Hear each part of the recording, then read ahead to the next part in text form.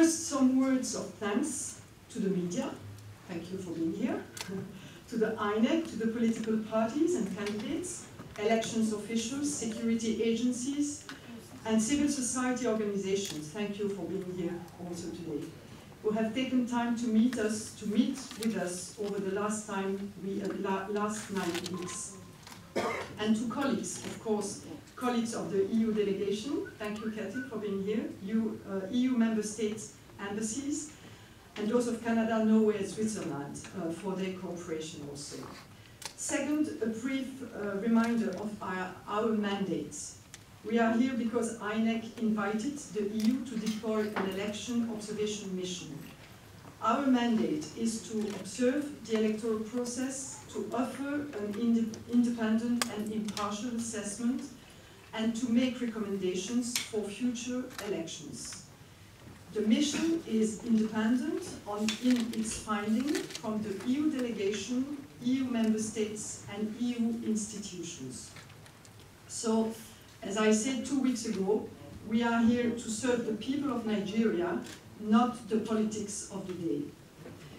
On the 9th of March, we had 73 observers following voting, counting, and collation of results in 22 states in all 6 geopolitical zones.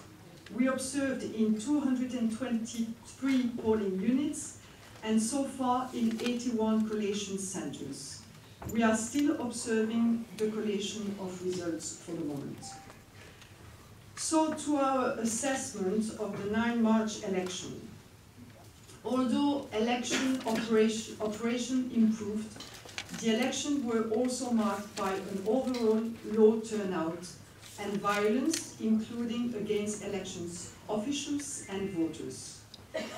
Elections should be occasion of peaceful participation, when voters are able to freely choose who they would like to represent them in office. It is with both great sorrow and with condolences to those who have lost loved ones that we note that election-related violences had led to the death of far too many Nigerians. Finishes after this report is produced.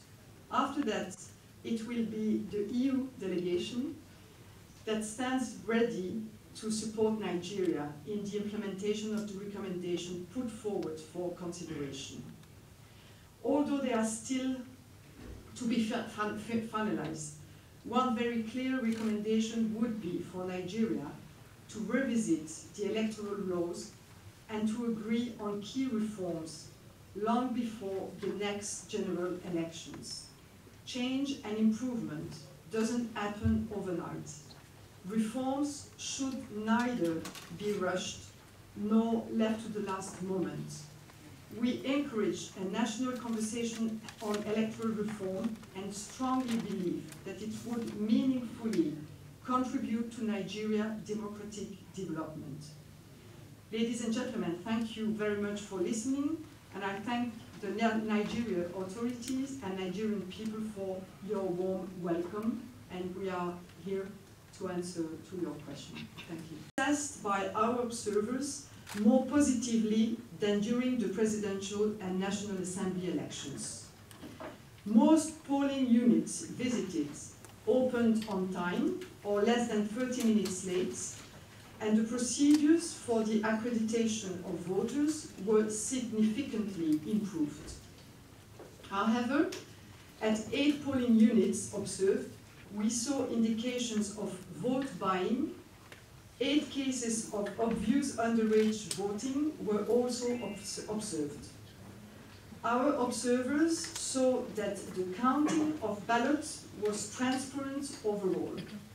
Positively, in almost all cases, party agents received copies of the result forms, although they were often not displayed. The environment for these elections has been difficult, with cases of violence and intimidation, including attacks on election administration officials. Security agencies have an important role to play in helping safeguard voters and all involved in an election. However, citizen observers reported being obstructed by military and security agents. Observers, including EU observers, were denied access to collation centers in rivers, apparently by military personnel. This lack of access for observers compromises transparency and trust in the process. In rivers, INEC yesterday suspended until further notice the election due to violence in polling units and collation centers, staff being taken hostages and election materials, including result sheets, seized or destroyed by unauthorized persons. There is no doubt that the electoral process there was severely compromised. On election day, in 5 states, journalists from respected media houses were obstructed from reporting in areas with a history of electoral problems, including parts of rivers, or were attacked while trying to report on electoral malpractices. Such incidents limit scrutiny and therefore transparency of the process. Going back to the campaign environment, the elections were competitive with overall freedom to campaign. However, there was misuse of incumbency, including on state-owned state media, which prevented a level playing field. In the 2 weeks leading up the state elections, EU observers saw some misuse of state offices and institutional websites being used for campaigning by both APC and PDP incumbent governors. There was also pressure on local media outlets and journalists before election day. State-level media broadcast political debates in 21 states, giving voters the opportunity to directly compare candidates. However, in 11 states, incumbents or their main challengers refused to participate. All 9 state-owned radio stations, monitored by the EU Election Observation Mission, served the interests of incumbent governors. This limited voters' access to impartial information and is not consistent with international standards for access to information and political pluralism in the media. In the fortnight before the state election, 1 journalist was arrested and the regulator closed 1 commercial radio station and issued fines to 45 others, which can lead also to self-censorship. On inclusion of vulnerable groups in the electoral process, although INEC and civil society made efforts to promote inclusion of persons with disabilities, out of more than 20,000 candidates, only 6 with persons with disabilities apparently contested the federal and state-level elections. On 9 March, we saw that INEC's initiative aimed at facilitating the participation of voters with disabilities, such as priority queues and assistive devices, were not consistently implemented in the states visited by EU observers. Civil society, through its scrutiny of the electoral process, has enhanced the transparency and accountability of the elections. We support the view of civil society organizations that have called for reform in order to bring greater integrity to the electoral process in Nigeria. And I will come back to this point in a moment.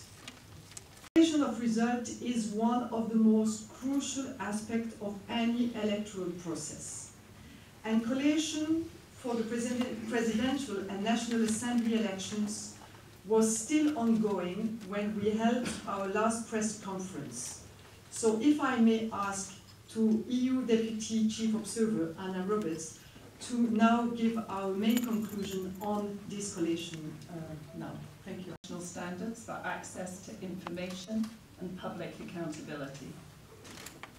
Polling for the federal elections was cancelled in a large number of polling units across the country, covering nearly 2.8 million registered voters.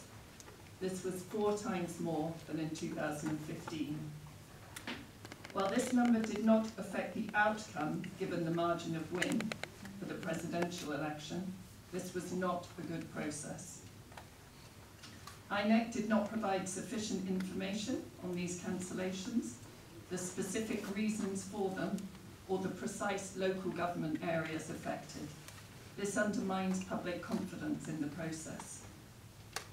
There were also some inconsistent numbers in the collation, specifically a large difference between the number of registered voters INEC had announced back in January and the lower number then announced by returning officers at state level during the collation of the presidential results. Nearly 1.7 million less in total. Unfortunately, INEC has not to date properly explained this discrepancy. Since this is something that also happened in 2015, it really shows the need for improved data management in future elections. Collation of the federal level results also showed an increase in the number of invalid ballots compared to 2015, some 4.5% this year in total. In some states or local government areas, our observers noted higher rates, going up to 13%.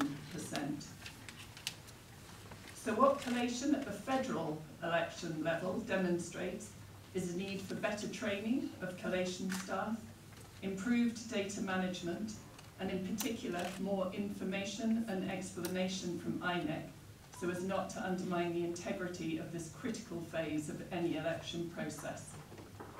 This is particularly important now that there are cancellations of polling in state elections. Full specific information and explanation needs to be given on this. I'd be happy to talk more about this or any aspect of the voting and counting that we've observed on the 9th of March elections. Thank you. They supported to be calm and to respect the process. It takes all of these different people to make a good election. If I may come to our conclusion now, it is this, that the systemic failing and electoral security problems of the last few weeks and months show that there is real need for serious reform in Nigeria. While there were operational improvements in the 9th March elections, they were overshadowed by a troubling electoral security environment, abuse of incumbency, and institutional failing. We echo the view of leading civil society organizations who said that there is an urgent need to restore faith in the electoral process. While there can be many reasons for a low turnout, and it is not for me to speculate on it, it is surely disappointing that overall only a relatively small portion of what is by far and away Africa's largest electorate actually cast a vote on both election day. We hope that after these elections, parties and institutions look at what is needed to make voters want to take part in elections in the future. As the 2019 election in Nigeria have demonstrated, there are important improvements to be made. Election can always be better. The systemic problem evident in the 2019 electoral process showed the need for an inclusive national discussion on reform for greater electoral integrity and participation. This is not a novel idea, of course. The suggestion of a national conversation or dialogue is one that comes from INEC itself. It is one that the European Union would support. Our long-term observers across the country will remain in Nigeria for another week. They will continue to observe collation of results and the election petition process. A core team of experts will remain for some additional weeks. Some of us will then return in June with a final report on the election with recommendation for the reforms.